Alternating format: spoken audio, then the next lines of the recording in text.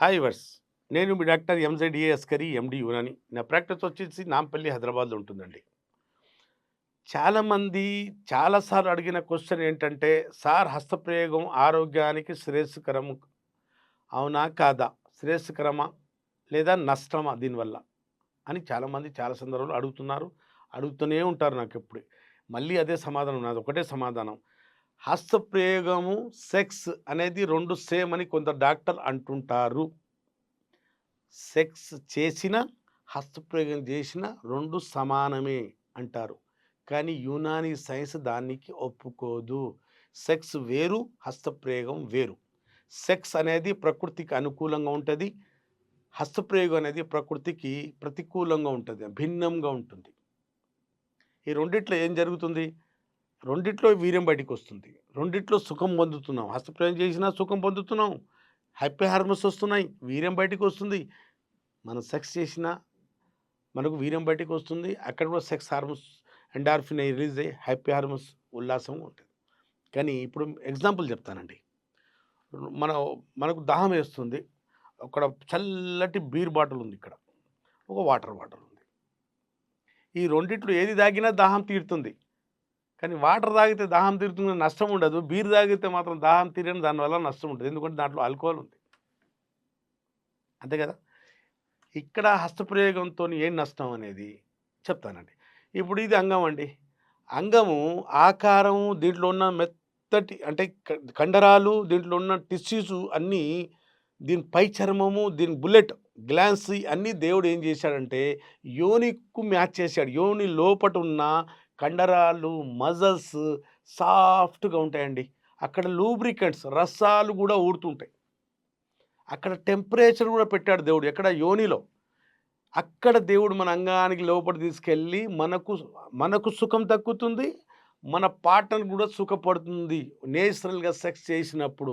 ఆ రాపిడి ఎక్కడ చేస్తే రాపిడి కొంచెంసేపు చేసిన అంటే సెక్స్ అనే కార్యం కొంచెంసేపు చేసిన తర్వాత ఆమెకు ఆర్గాజం కలుగుతుంది. మనకు ఎజాక్యులేషన్ కలిగి ఇద్దరు సుఖపడతారు. ఇది ఇంకోటి మన లోపట అంగం పెట్టాక యోని లోపట ఎంత బిగించుకోవాలో అంతే బిగించుకుంటది యోని. దానికన్నా ఎక్కువ ప్రెషర్ అంగం మీద పడదు. దానికి భిన్నంగా మనం హస్తప్రయోగం చేసినప్పుడు కలిగే నష్టాలు ఏంటంటే, ఇది అంగం అండి. ఇది హస్తము. హస్తంలో ఎలాంటి లూబ్రికెంట్స్ లేవు. మెత్తటి మజిల్స్ ఇక్కడ సాఫ్ట్ మజిల్స్ లేవు. ఎక్కడ రసాలు ఊరట్లేదు. ఎక్కడ టెంపరేచర్ లేదు.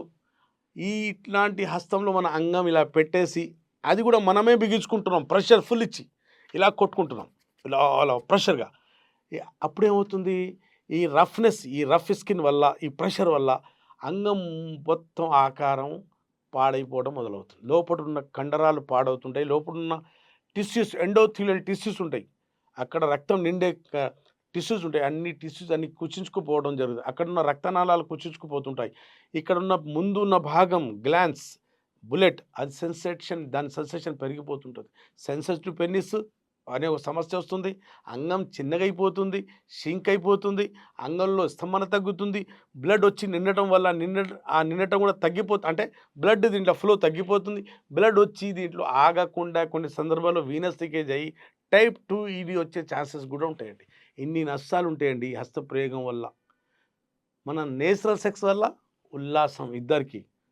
సుఖం, ప్లెజర్, ఆనందం, ఆరోగ్యానికి మంచిది, సంతానం ఇవన్నీ పెట్టాడు దేవుడు.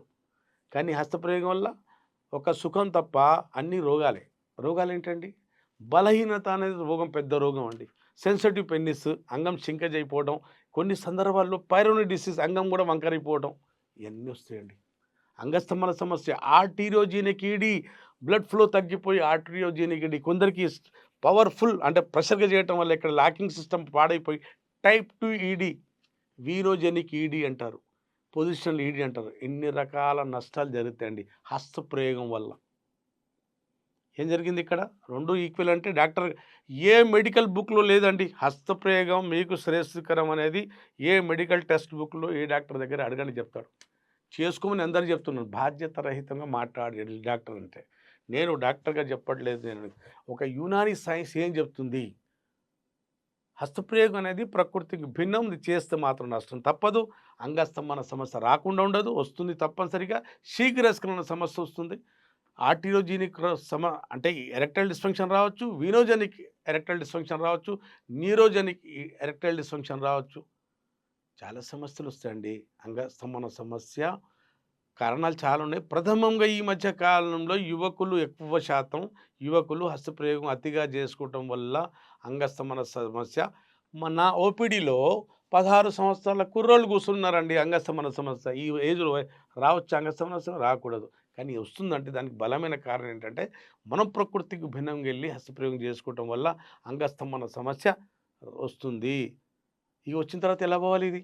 యునానీ మందులతో, వనమూలికలతో హస్తప్రయోగం చేసుకోవటం వల్ల షింక్ అయిపోయిన అంగం సైజ్ మళ్ళీ తిరిగి తీసుకురావచ్చు. దీంట్లో బ్లాకేజ్ అయిపోయి బ్లడ్ ఫ్లో తగ్గింది. ఆ బ్లడ్ ఫ్లోని మళ్ళీ పైన తిలాలు లోపట అంటే ఓరల్ మెడికేషన్ వల్ల మళ్ళీ మొత్తం పాడైన అంగస్తంభన సమస్య, తగ్గిన పవర్ అన్నీ పెంచుకోవచ్చండి. మళ్ళీ మీ దాంపత్య జీవితం మీద మీరు పట్టు సాధించొచ్చు. సెక్స్ అనే కార్యంలో మీరు రాణించొచ్చండి. బెడ్ మీద రచ్చ రచ్చ చేయొచ్చు. అది ఎప్పుడు సాధ్యమవుతుంది? మీ అంగంలో బలం ఉన్నప్పుడు మీ పార్ట్నర్ మనసు గెలుచుకోగలుగుతారు. కానీ మీ అంగంలో దమ్ము లేదు, మీ వంటిలో దమ్ము లేదు, సామర్థ్యం లేదన్నప్పుడు మీరు సెక్స్ అంటేనే భయపడతారు. ఆమె వచ్చి సెక్స్ ఏమైనా డిమాండ్ చేస్తేనే భయం మొదలవుతుంది. గుబులు మొదలవుతాయి. అమ్మ నేను చేస్తానో చేయలేను అని. పర్ఫార్మెన్స్ యాంగ్జైటీ మొదలవుతుంది. యునానీ సైన్స్ చెప్తుంది హస్తప్రయోగం చేసేటోడికి గుండె వీక్ అయిపోద్ది, మెదడు వీక్ అయిపోద్ది, పర్ఫార్మెన్స్ యాంగ్జైటీ మొదలవుతుందండి. కాబట్టి హస్తప్రయోగం ఎట్టి పరిస్థితుల్లో ఆరోగ్యానికి శ్రేయస్కరం కాదు. అది చేసుకుంటే సమస్యలు తప్పవండి. మీరు ఇలా విన్నారు కదండీ! మీలో అంగస్తంభన సమస్య హస్తప్రయోగం చేయటం వల్ల వచ్చిందంటే తప్పనిసరిగా మాకు సంప్రదించండి. వరల్డ్‌లో ఏ మూలాన ఉన్నా, మన దేశాన ఏ మూలాన ఉన్నా మీరు పెయిడ్ కన్సల్టేషన్ తీసుకొని మాట్లాడొచ్చు. లేదా ఉభయ రాష్ట్రాల్లో, తెలుగు రాష్ట్రాల్లో ఉండుంటే నాకు దగ్గరలో సౌలభ్యం ఉంటే నాతోని కలిసి ట్రీట్మెంట్ తీసుకోవచ్చండి. అప్పటి వరకు సెలవు.